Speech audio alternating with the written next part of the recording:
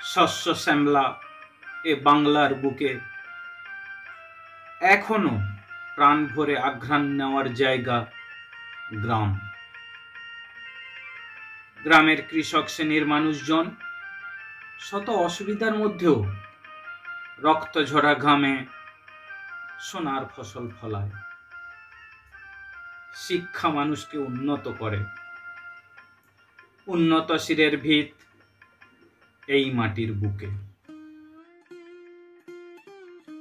বয়স ৮৮ বছর। ৩ ছেলে শিক্ষক ও একজন ব্যবসায়ী। জামাতা প্রাক্তন চাকুরিজীবী। লড়াই করে যেমন একজন এলাকার সফল কৃষক হয়েছেন, তেমনি সন্তানদের শিক্ষিত করেছেন। এই বয়সেও ভালো থাকার জন্য করেন চাষাবাস, থাকেন মাটির কাছাকাছি।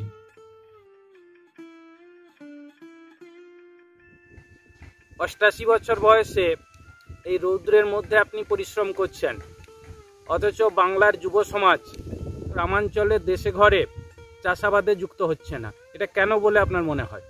সেটা তার জন্য দায়ী মা বাবা।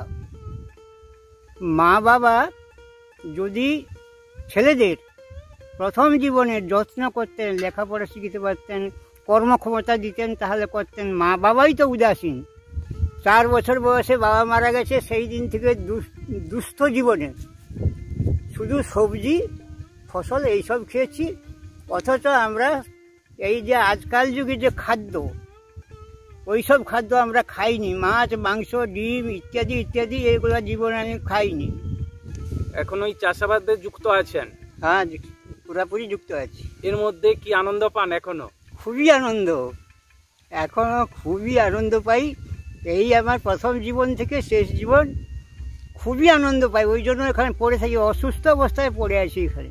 এই যে সমাজ, বাবা মারা উচ্ছৃঙ্খল হয়ে গেছে। প্রথমে নিয়ম হচ্ছে সংযম। এই খাদ্য সংকটে সংযম কোনো ছেলে বৌমা আর সকলেই উৎসন্ন। অতএব সমাজকে বিঘ্নিত করতেছি আমরা।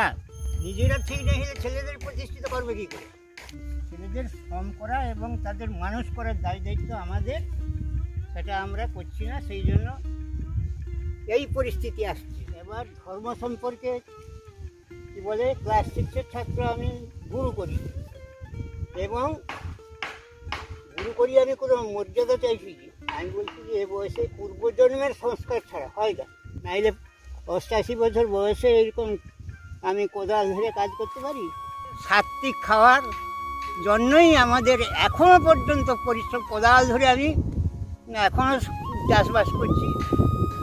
আপনি একজন কৃষক, আপনার কি মনে হয়? এই মাটিতেই সব আছে। মাটিকে ফলানোর মতো যোগ্য লোক হচ্ছে না। এই মাটিতেই সোনা ফলবে। সুধাংশু শেখর পাত্র। কৃষিকাজ জানো না, এমন মানব জমিন রইল পতিতাবাদ করলে ফলতো সোনা। মানব জমিন রইল পতিতাবাদ করলে ফলতো সোনা।